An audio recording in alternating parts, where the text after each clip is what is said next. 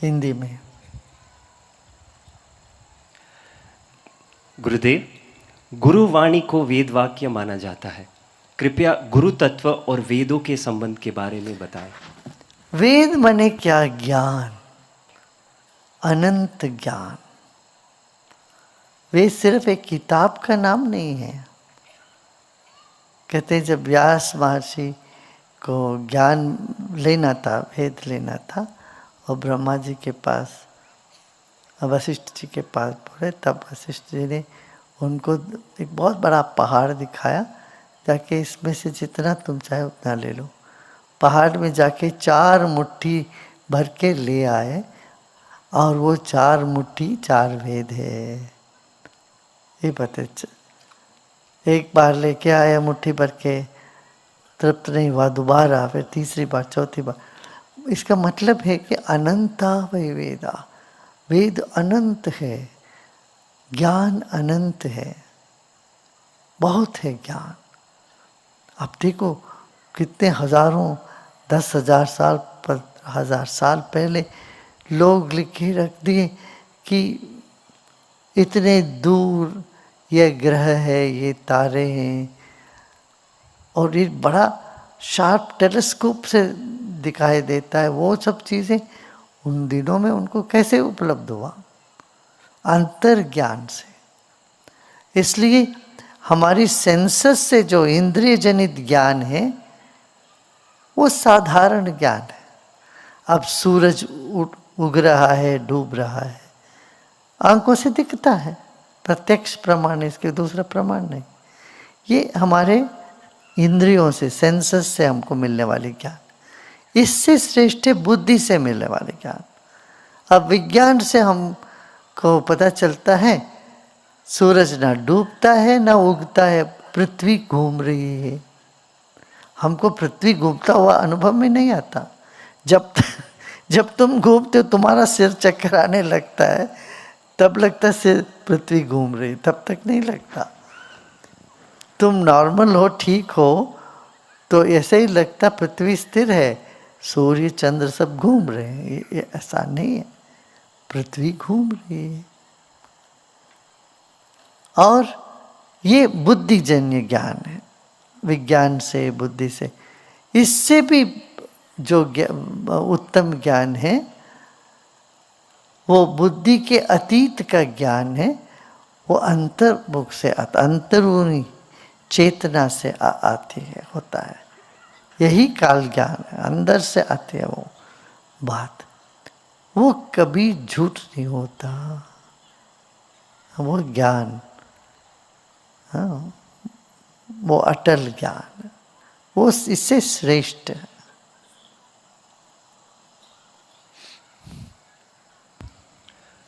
गुरुदेव, योग सूत्र में कहा गया है कि आसन का अभ्यास मन को द्वंद्वों से मुक्त कर देता है। गुरुदेव, ये कैसे होता है? कैसे होता तो है। आसन करो, करके देखो, मन शांत होता है ना। बहुत राग है तो भी आसन करो, शांत हो जाता है। द्वेष है, आसन करो, दृढ़ता आती है, शांत हो जाता है। गुरुदेव, भगवत गीता में श्री कृष्ण ने अर्जुन से कहा कि वह धर्म का भी त्याग कर दे। गुरुदेव, धर्म का त्याग करने का अर्थ क्या है? और जब धर्म भी छोड़ दे तो फिर हमारे कर्म का आधार क्या होना चाहिए? ना ना ना ना, सुनो।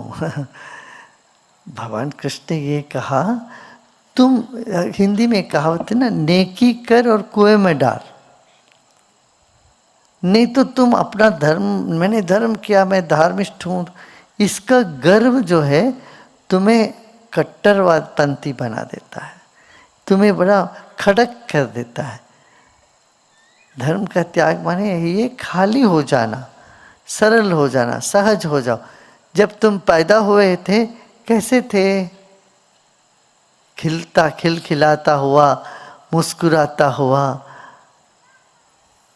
एक खुशी की फवारे जैसे थे तुम, मुक्त थे, प्रसन्न थे।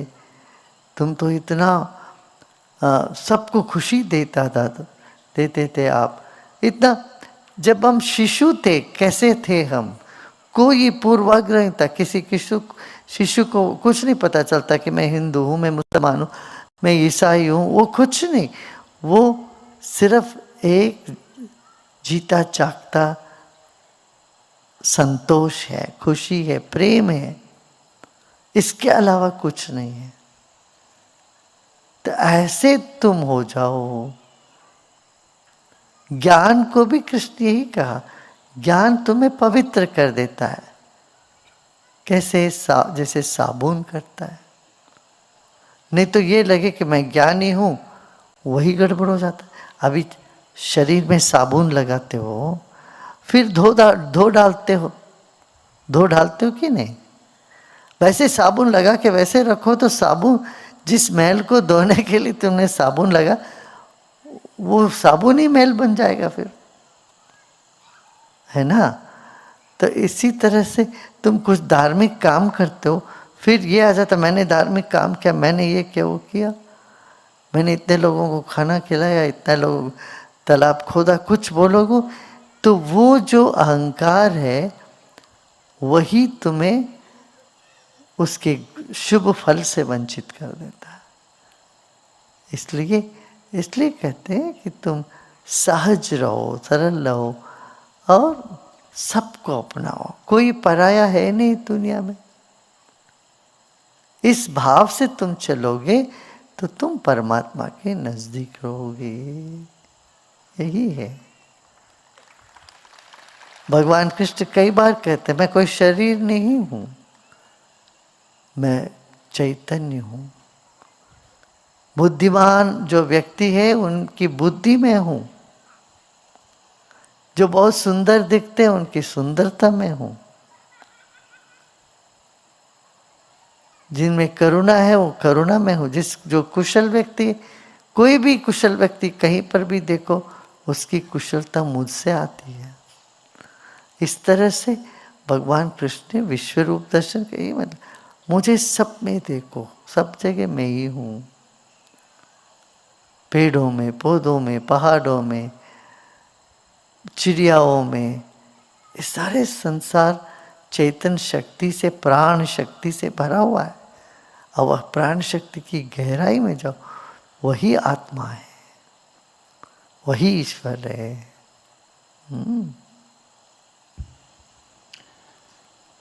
गुरुदेव, ब्रह्मनिष्ठा किसे कहते हैं और इसे कैसे प्राप्त किया जा सकता है? ब्रह्मनिष्ठा यही है,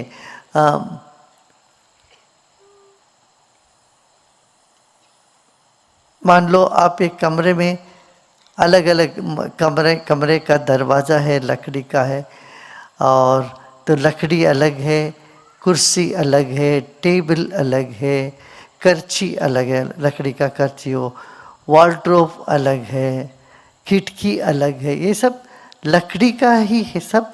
तुम अभी मंच और टेबल ये सब देखते हो, इस दृष्टि से अलग एक और दृष्टि से देखोगे तो ये सब लकड़ी है। आग लगी तो सबके सब जल जाएंगे। तो वस्तु से दृष्टि हटा के ये सब लकड़ी है जानना। ऐसे सब परमाणु है, सब परमाणुओं से सब बने हैं। ये दृष्टि ब्रह्मनिष्ठा है। उससे नीचे उतरोगे तो ये सब अलग है, महिला है, कोई पुरुष है, कोई बूढ़े है, कोई नवजवान है, इस तरह से, और उस व्यक्ति का स्वभाव ऐसा है वैसा है।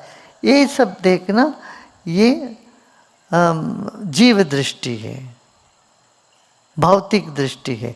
आध्यात्मिक दृष्टि क्या है? सब तरंगों के रूप में सबको देखना।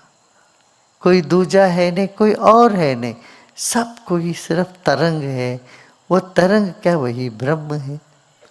सारे संसार में तरंगों से भरा हुआ है। इसलिए ब्रह्म का कोई मंदिर नहीं है।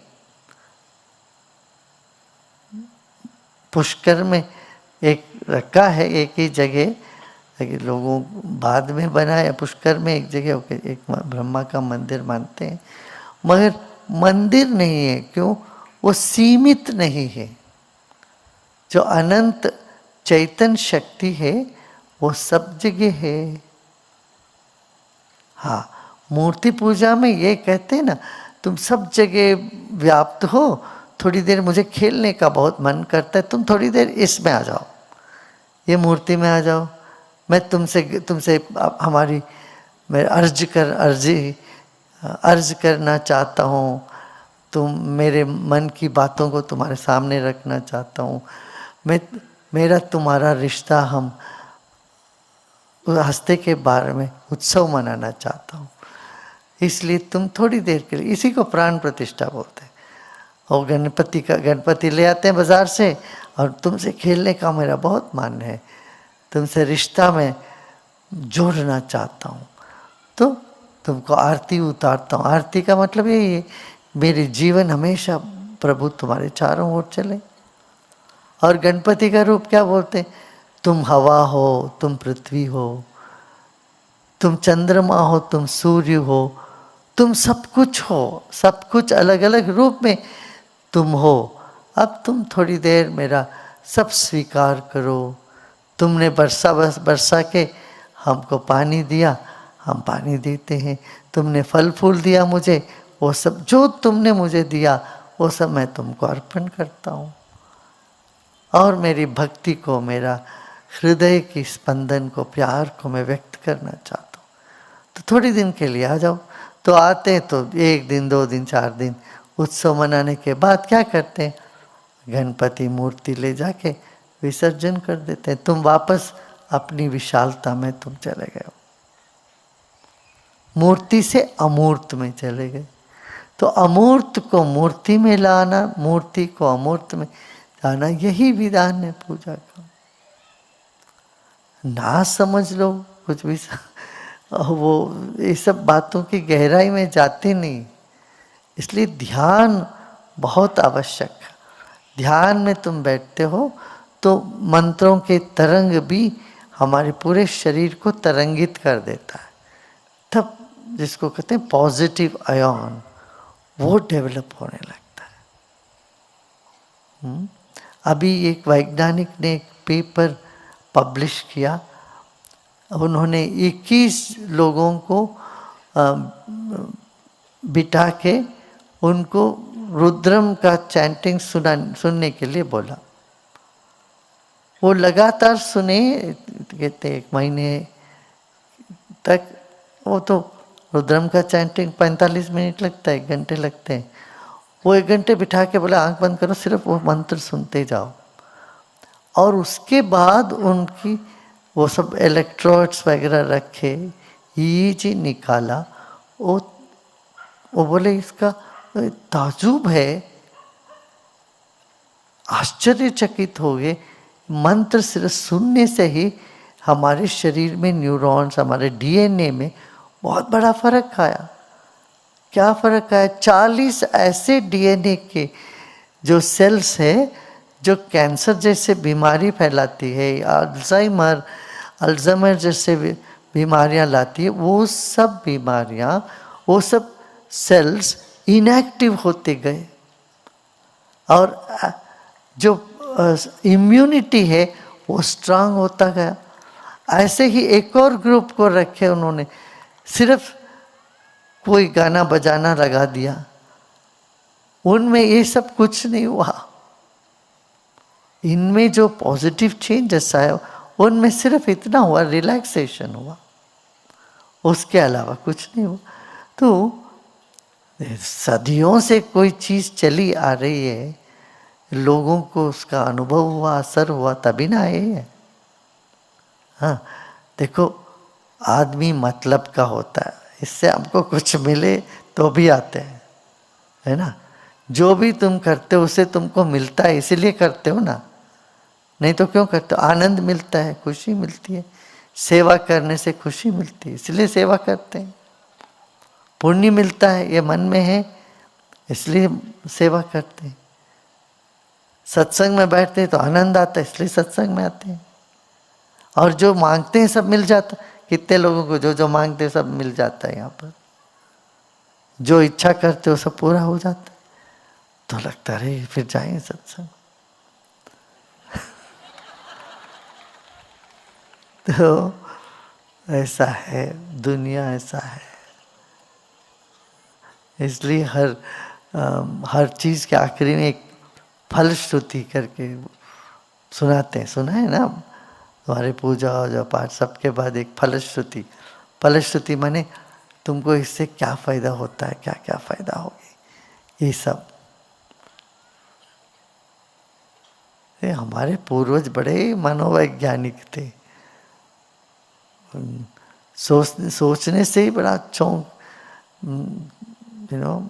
दिमाग चौंक जाता है कि बाप रे, ये लोग इतनी सारी बातें जानते। आजकल की युवा पीढ़ी, आजकल के वैज्ञानिक भी इसको देख रहे हैं एक दूसरी दृष्टि से। पहले तो कहते थे अरे ये सब भारत की चीज़ें सब कुछ नहीं है, ज़्यादा महत्व नहीं। आज एक एक चीज़ पर उन्होंने आविष्कार किया, रिसर्च किया, तो खुद ही हैरान हो रहे हैं।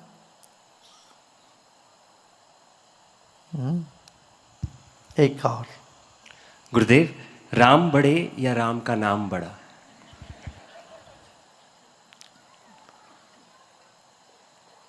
भाई नाम ही तो राम है, नाम में राम है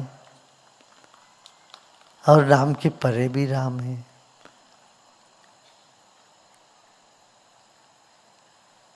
जब तक तुमको राम का महसूस नहीं होता, राम का नाम बड़ा है। जब राम मिल जाते हैं, नाम सब खो जाते हैं फिर तो।